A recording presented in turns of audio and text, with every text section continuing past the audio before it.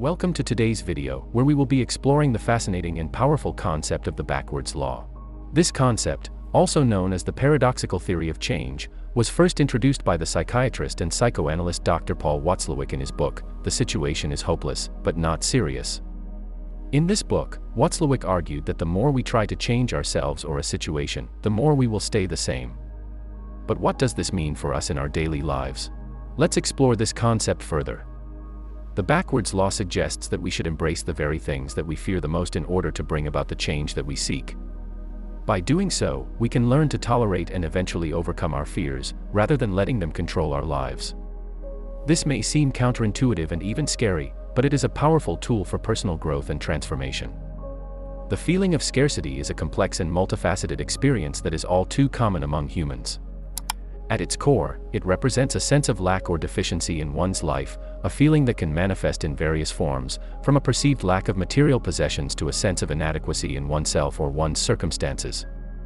This feeling is often accompanied by a deep-seated belief that obtaining external possessions or altering external conditions such as money, physical adjustments, or changes in environment will ultimately free us from our feeling of lack. However, the law of backwards induction shows us that the opposite is true. Our dissatisfaction with our current circumstances leads us to feel deprived, and the more dissatisfied we are, the more we suffer. Furthermore, the more changes we seek to be satisfied, the less satisfied we become.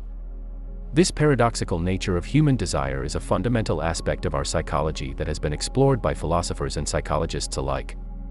According to Schopenhauer, the will is an irrational, purposeless, and unending yearning that leads us to a life of pain that cannot be relieved by anything in the world. This will manifest itself in our constant craving for more than we need, propelled by a constant perception of scarcity. The mind perceives a sense of inadequacy due to the belief that the present moment is incomplete, but it is uncertain what is missing. Consequently, we persist in seeking comfort in circumstances that we deem more gratifying. Nevertheless, upon reaching such situations, we discover that we remain in the same unsatisfied condition from which we endeavored to escape. Schopenhauer posits that the will is the driving force that propels us towards our pursuits. Nevertheless, pursuing it is futile because the will is the same element that thwarts us from accomplishing our objectives. Schopenhauer believes that the only way to attain genuine contentment is to negate the will, as this produces a state of pure emptiness that is liberated from striving and leads to pure happiness. To put it another way, stop trying to get it and you'll get it. So how can we get what we want? One possible answer can be found in the ancient teachings of Taoism. He does not store, and therefore he has a superabundance. He looks solitary, but has a multitude around him. In his conducting of himself, he is easy and leisurely and wastes nothing. He does nothing and laughs at the clever and ingenious. Men all seek happiness, but he feels complete in his imperfect condition.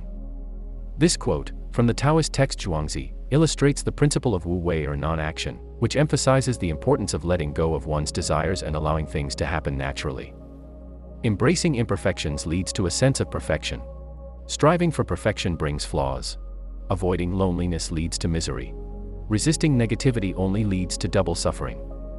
These paradoxes are central to the teachings of Taoism and other Eastern philosophies, which emphasize the importance of letting go of one's desires and embracing the present moment.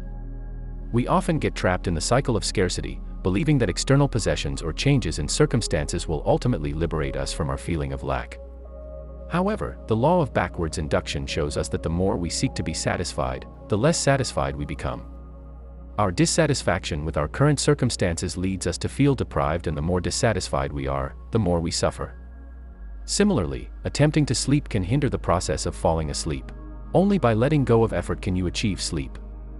Happiness, according to this perspective, is attained when we stop striving for it and recognize that we already possess everything we require. When we stop pursuing wealth, we can live a life of abundance by being content with what we currently possess, and anything extra will be an added bonus. Therefore, the only way to obtain our desires is to relinquish them. A Zen tale enlightens us on the art of clearing turbid water, highlighting a paradoxical notion. Let's envision ourselves searching for the depths of a pond filled with murky water. We may choose to disturb the water or employ our hands in an attempt to rid it of its cloudiness, yet neither of these methods will prove effective. The sole means of perceiving the pond's bottom is to patiently wait for the murkiness to dissipate and the water to become clear. In this tale, the murkiness symbolizes our desires, thoughts, and discontentment, while our pursuit of happiness is represented by our efforts to stir the water and eliminate the cloudiness. Seeing the bottom symbolizes contentment, which can only be attained by refraining from interfering with the water and allowing the murkiness to naturally dissipate. Consequently, we should abstain from striving excessively to acquire contentment, for it will come to us on its own.